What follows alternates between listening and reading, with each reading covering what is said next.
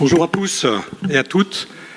Bonjour Hervé, merci à toi et à ton équipe de m'avoir encore une fois invité aujourd'hui. C'est toujours un grand plaisir que j'ai à venir m'exprimer devant vous et échanger avec vous et vos membres et vos amis. Donc voilà, nous sommes le 8 février 2024, nous sommes à quelques mois de la fin de cette mandature européenne. Nous allons dans quelques mois élire les nouveaux députés au Parlement européen.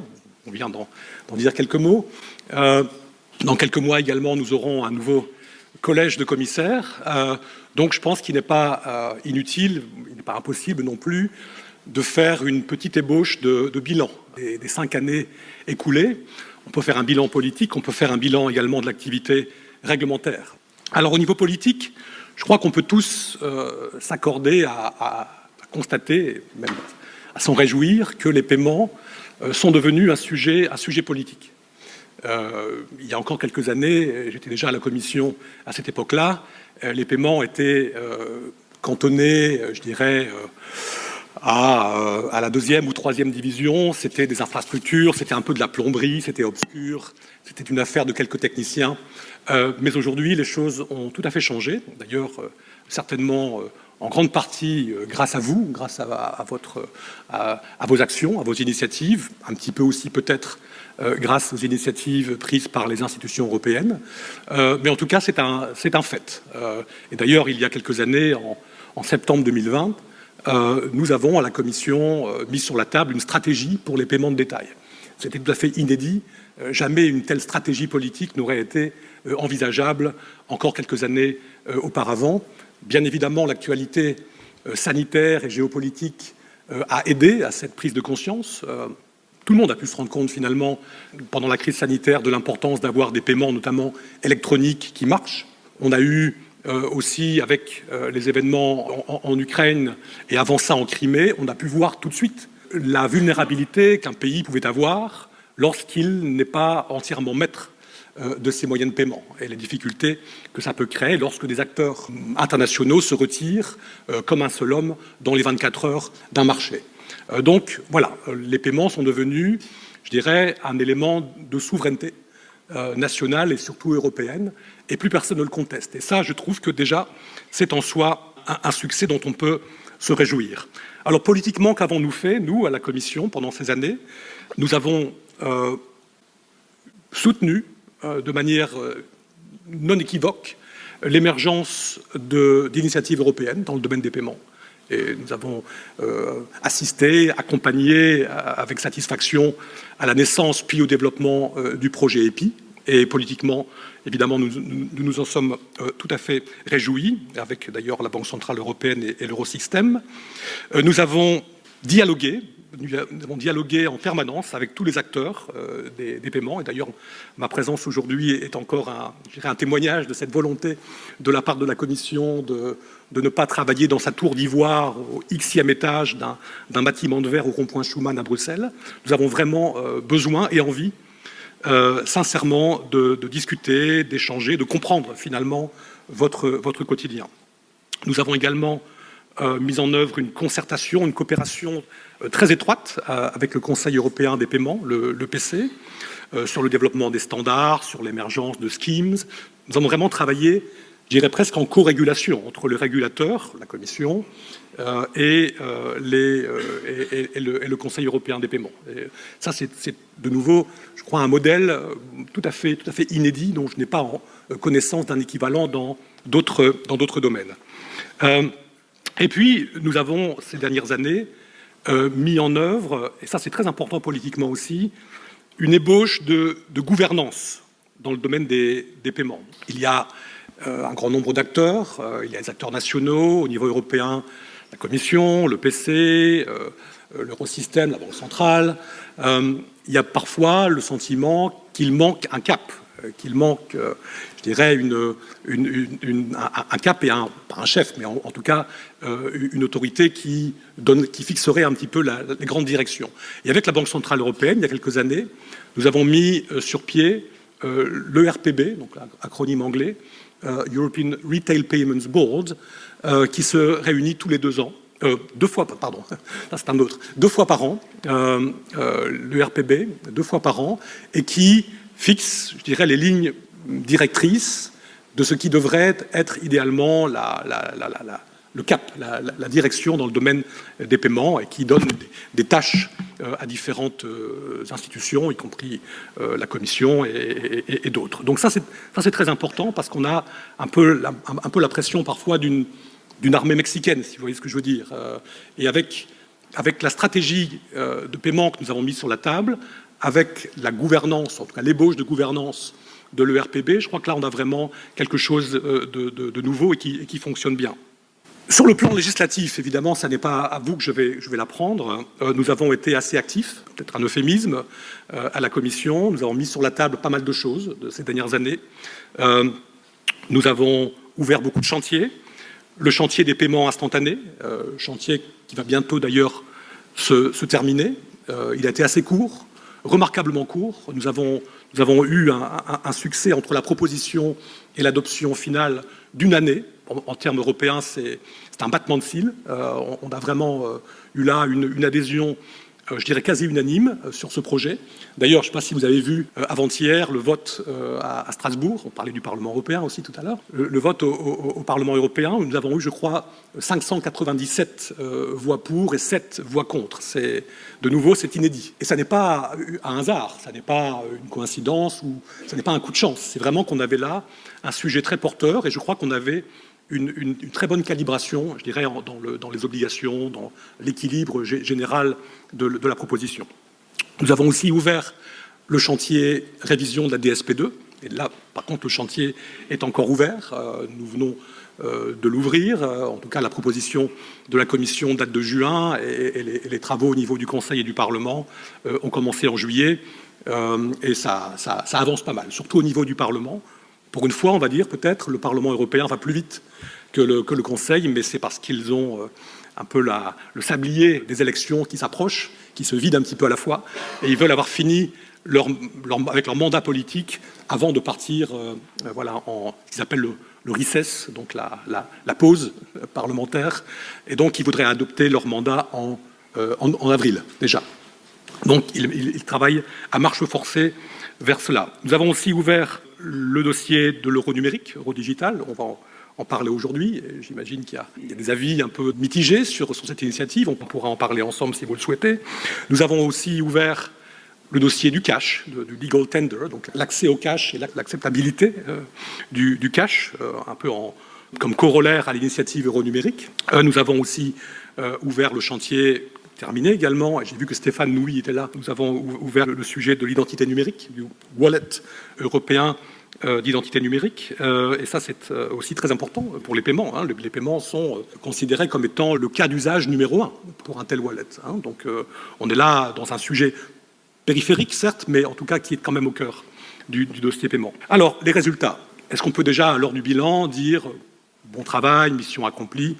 Bon, je dirais le cadre juridique est en place ou en cours de révision ou en cours de chantier, mais en tout cas les grands pôles de ce cadre juridique sont posés. Au niveau des infrastructures, nous avons aussi, à la fois au niveau national et aussi au niveau européen, nous avons les rails, nous avons des infrastructures très performantes. Donc vous avez, si vous voulez, les autoroutes, les infrastructures, ou les rails. Vous avez le code de la route. Est-ce que nous avons aujourd'hui les voitures, les véhicules européens pour aller voyager à toute vitesse sur ces autoroutes en utilisant ces nouvelles règles? Alors là, c'est là peut-être où on peut peut-être considérer que la bouteille est à moitié vide ou à moitié pleine. On n'a pas encore, en dépit de l'existence de quelques acteurs bien connus, et j'imagine que beaucoup sont dans la salle. Alors on peut penser à IDN, on peut penser à Worldline, on peut penser à Wise, mais évidemment ce sont des acteurs dans certains aspects du domaine des paiements, très importants bien évidemment, mais on n'a pas encore une interface client pan-européenne, d'origine européenne en place. Alors, évidemment, vous allez me dire, oui, mais il y a EPI. Oui, c'est bien. Nous avons bien évidemment accompagné, ou même peut-être plus qu'accompagné parfois, l'émergence d'EPI. Nous avons d'ailleurs entendu noter avec satisfaction les projets d'EPI pour le lancement de son porte-monnaie, Wero ou Vero, je ne sais pas comment il va s'appeler. J'imagine que ça va changer d'un pays à l'autre. Nous avons donc pris acte du lancement de Wero à l'été 2024, et ça c'est vraiment très bien, parce que voilà, après 4 ans de discussion, après 4 ans un peu de montagnes russes parfois, il y a maintenant des projets très concrets pour mettre vraiment un instrument sur la table. Donc pour nous c'est vraiment une excellente nouvelle. Nous voyons aussi émerger d'autres initiatives. Voyons émerger des initiatives un peu plus régionales peut-être, mais qui ont le mérite de regarder au-delà de leurs frontières. Nous voyons des initiatives au sud de l'Europe, avec ce qu'on peut appeler un peu le corridor sudiste autour de Bizum, qui cherche, dans une optique différente d'EPI, mais qui cherche quand même à travailler en interopérabilité avec leurs voisins portugais et avec les voisins plus éloignés italiens, pour essayer de voir comment Bizum, Bancomat, MBWay peuvent éventuellement être utilisables dans les 3 pays. Bon, c'est une initiative, on va dire, régionale. Peut-être qu'on peut se déplorer le fait qu'elle ne soit pas plus européenne et qu'elle s'inscrit dans une logique différente de celle d'EPI, certes, mais je crois qu'il faut quand même reconnaître l'initiative. D'ailleurs, il y a aussi une initiative similaire qui est en train de naître tout à fait à l'opposé dans les pays nordiques, autour de l'alliance VIPS et MobilePay, donc Norvège et Danemark, avec également un pôle finlandais. De nouveau, une approche régionale, mais en tout cas une volonté manifeste de sortir de sa logique nationale. Et donc il faut un début à tout. D'ailleurs, les mauvaises langues pourront dire, mais ce n'est pas moi qui le dirais, mais que EPI aussi, aujourd'hui peut-être, est aussi finalement dans une logique régionale, puisqu'on a 4 ou 5 pays. Mais bien évidemment, on a bon espoir, tous, j'imagine, de voir à terme s'agréger d'autres banques, d'autres communautés à ce projet. Et peut-être qu'on assistera un jour à une certaine forme de convergence entre ces différentes initiatives. Pourquoi pas? Autour de qui? On verra. Autour des pays ou peut-être dans une logique d'interopérabilité. Je ne sais pas. Nous, à la Commission, nous nous satisfaisons de voir que ça bouge, que ça vibre. Après, je parlais tout à l'heure un peu de différentes initiatives. Il faut un cap, il faut peut-être une convergence, mais en tout cas, on ne peut pas déplorer le fait que les choses avancent et bougent. Nous voyons aussi, d'ailleurs, autre initiative, nous voyons un dynamisme, un dynamisme très important de la part des opérateurs européens, et beaucoup sont, j'imagine, aussi dans la salle, dans le domaine de l'open banking. Nous avons vu émerger l'initiative SPA, SP2A, qui est un scheme d'accès aux comptes de paiement, qui s'inscrit un peu dans une logique commerciale, je dirais en complément de l'accès aux comptes bancaires, à l'open banking, régulé par la DSP2. Donc c'est l'existence d'une offre commerciale qui ne vient pas, je dirais, affaiblir ou démentir ou contredire l'open banking de la DSP2, mais qui vient là en complément. Et ça, c'est une excellente nouvelle aussi, nous nous en sommes réjouis. Alors, bon, évidemment, on peut dire qu'il y a toujours un phénomène de fragmentation, finalement, parce que c'est vrai que malgré toutes ces initiatives, toutes ces idées, on a encore des initiatives qui partent un peu dans différentes directions, dans différents coins d'Europe. Donc, finalement, c'est peut-être aussi...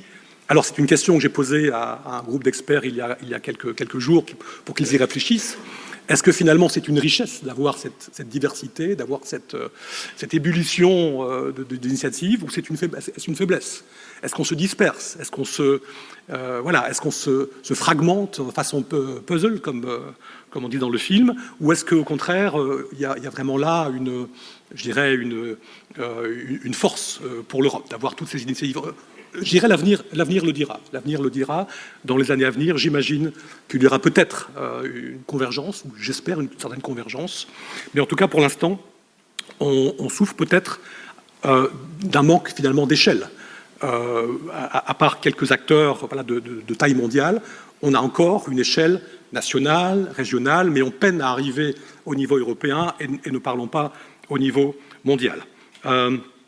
Ensuite, certains, et j'imagine que c'est sans doute ce que certains d'entre vous pensent. Certains vont dire oui, mais et quelle est la cohérence finalement entre toutes ces initiatives? Pourquoi est-ce que les institutions européennes, dans le même souffle, poussent les paiements instantanés privés, avec le règlement dont je viens de parler, mais en même temps poussent l'euro numérique, que peut-être on peut assimiler à du paiement instantané public? Est-ce que les deux initiatives, ensemble, sont compatibles? Comment les emboîter? Comment les réconcilier, finalement? Et ça, c'est un enjeu. Ça, c'est un enjeu pour l'avenir. Alors, laissons le bilan un peu derrière nous. Essayons de voir les grands thèmes pour les années à venir, puisque voilà, c'est un peu le thème de la journée, hein, les grands thèmes d'actualité et d'avenir. Alors, je dirais, en premier lieu, et là c'est le régulateur, la Commission qui le dit, il faut consolider, stabiliser, terminer le travail qui a été mis en cours. Alors, ça veut dire quoi? Ça veut dire finir le chantier de révision de la DSP2, avec bien sûr l'adoption des propositions, finir aussi le travail pour les virements instantanés, parce qu'il va y avoir un travail un peu d'accompagnement et de développement. C'est bien beau de mettre un règlement sur la table, mais il y a pas mal de choses qu'il va falloir, je dirais, poursuivre, clarifier dans les mois à venir et mettre en œuvre dans les mois à venir. Je pense par exemple à l'IBAN name check. Hein, ça va devoir se mettre en place au niveau européen, et ça n'est pas une mince affaire. Donc voilà, c'est un peu ce que j'ai en tête quand je dis que le travail est loin d'être terminé. Nous avons également envie, l'intention de terminer aussi le travail à terme avec la Banque centrale sur l'euro numérique. Alors, y aura-t-il de nouveaux chantiers? J'imagine que vous voulez tous le savoir. Évidemment, c'est difficile à ce stade de l'annoncer, parce qu'évidemment, j'aurai sans doute un ou une nouvelle commissaire dans quelques mois, un nouveau Parlement va émerger des urnes, donc chacun va peut-être arriver avec des idées, avec des plans. Personnellement, moi je serais favorable à une pause réglementaire dans le domaine des paiements. Je pense que les chantiers ouverts sont significatifs, doivent être absorbés, compris, digérés. Je pense que ce serait inopportun de venir ajouter de nouvelles couches de réglementation. Je pense que le marché a besoin à la fois de stabilité et d'une pause réglementaire. Mais ça, c'est mon avis personnel, mais c'est évidemment ce que je présenterai à mes nouveaux, chefs, aux autorités politiques qui émergeront dans les mois à venir. Alors, une idée de chantier, peut-être quand même, mais je dirais pas dans l'immédiat, pas dans le court terme, mais dans le moyen ou plus long terme, c'est une réflexion sur, je dirais, les risques que peuvent présenter certaines entités, certaines entreprises, certains opérateurs actifs dans le domaine des paiements, mais qui ne sont pas aujourd'hui assujettis à la supervision européenne. Je pense au système de paiement, finalement, aux infrastructures, aux schemes, aux fournisseurs de services, je dirais, techniques, aux wallets également, qui sont des plateformes, mais qui aujourd'hui, en tout cas sur la base de la réglementation telle qu'elle est, ne fournissent pas des services des paiements en tant que tels. En tout cas, si ce sont des wallets qui se contentent de tokeniser des cartes. Donc là, je dirais, c'est une réflexion qu'on devra faire.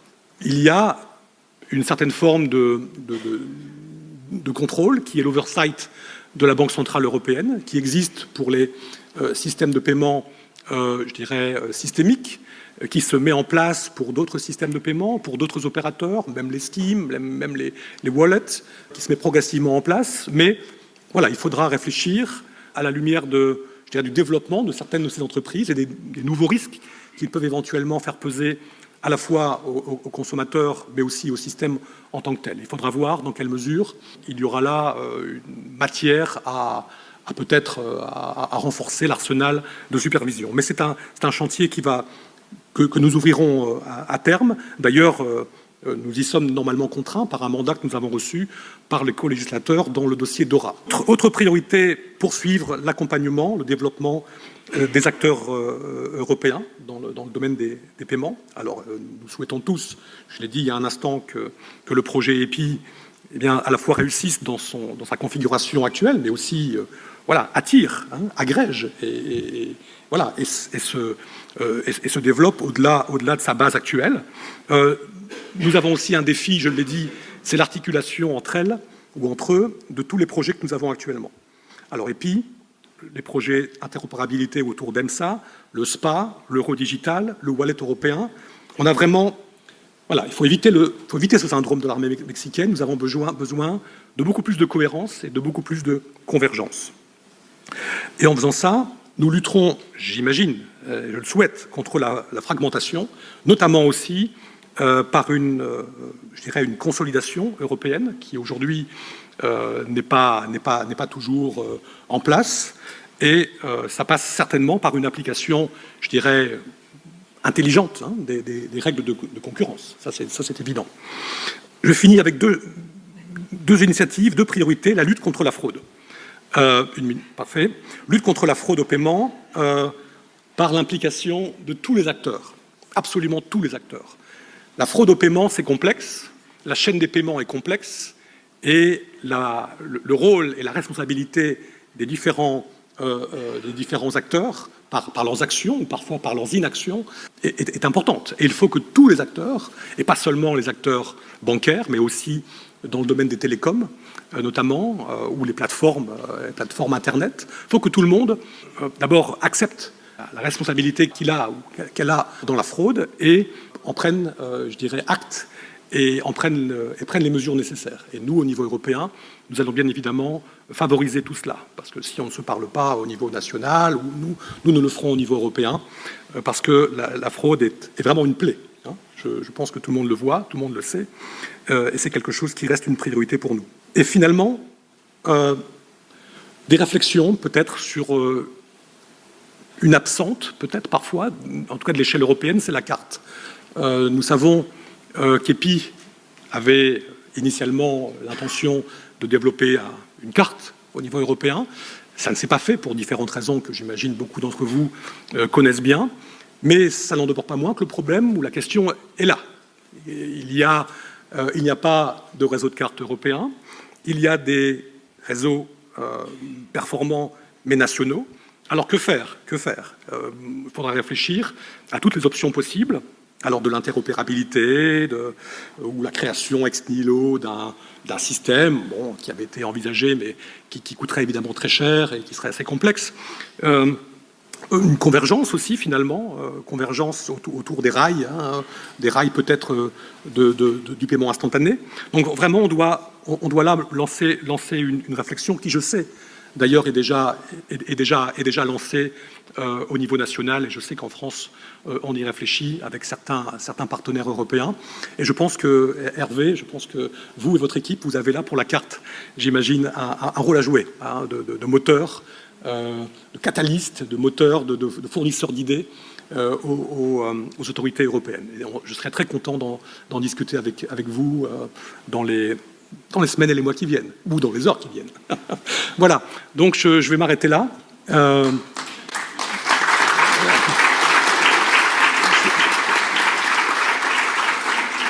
vous remercie de votre attention. Je vais écouter avec grand plaisir vos débats. Je vais rester encore quelques heures. Tout ça m'intéresse au plus haut point.